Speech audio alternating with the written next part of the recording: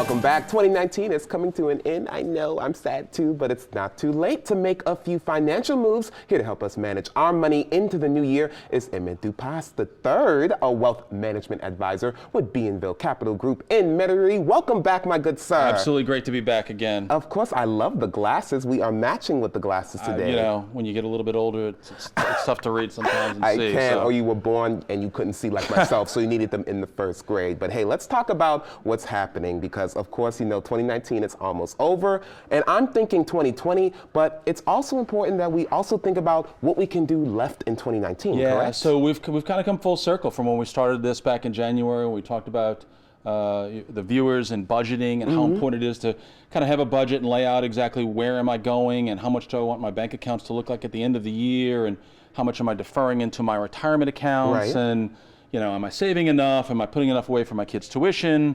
All those things. And here we are, kind of come full circle. Here we are in December and going, okay, where am I? Right. Did I do well enough? Am I able to check some boxes that I wanted my savings account to look like this. I wanted to have enough money in my investment account.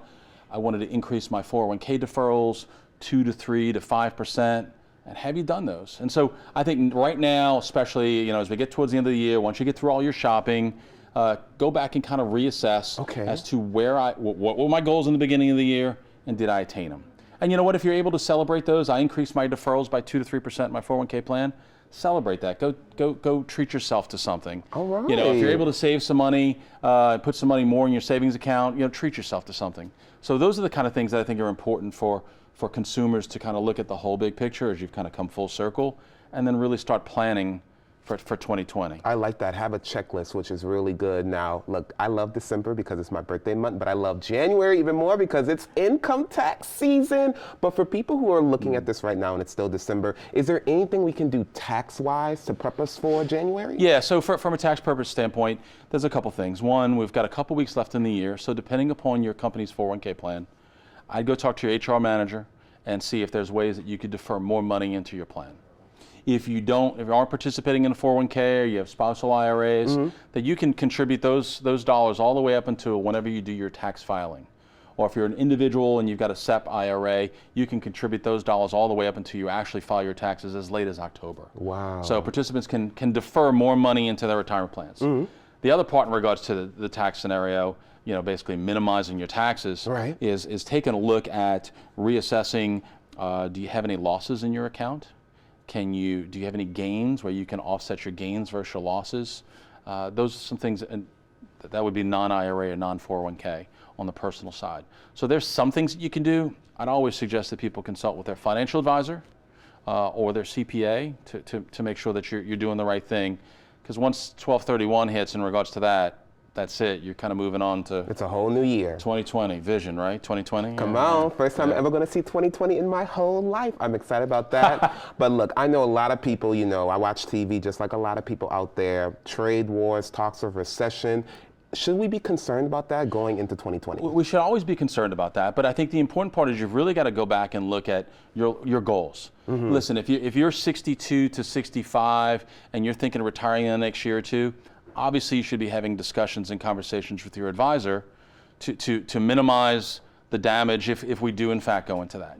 If you're 24 now, right? I know, oh my God. Yeah, 24. I know. So you've got, good for you, you've got another 40 plus years of work. Yay, I'm so excited. So for somebody in the 20s, 30s, 40s, you've got to go back and reassess, what's my timeline? And you're going to see plenty of blips in the financial markets over the next 40 plus years while you're working. But it's reassessing your risk. So one of the things that I always suggest people do at the end of the year is go back and reassess your risk. Every 401k plan, all of your advisors out there should be going through and reassessing your client's risk, because you're a different investor today than you were 5 years ago, 10 years ago, 20 years ago. And how can we find that information? Ask our HR manager? You can ask your HR manager for a risk profile questionnaire. Okay. If you're working with a financial advisor, you want to talk to your financial advisor about reassessing your risk. Listen, rebalancing your portfolio is one of the big things that you could do at the end of the year. If you start out today as an investor, Malik, and I'm a balanced investor, and I start out 50-50 as of January 1 of last year, well, your stock portfolio went up quite a bit today, this year, and your bonds went up. But you're no longer 50-50 because this one outperformed this one.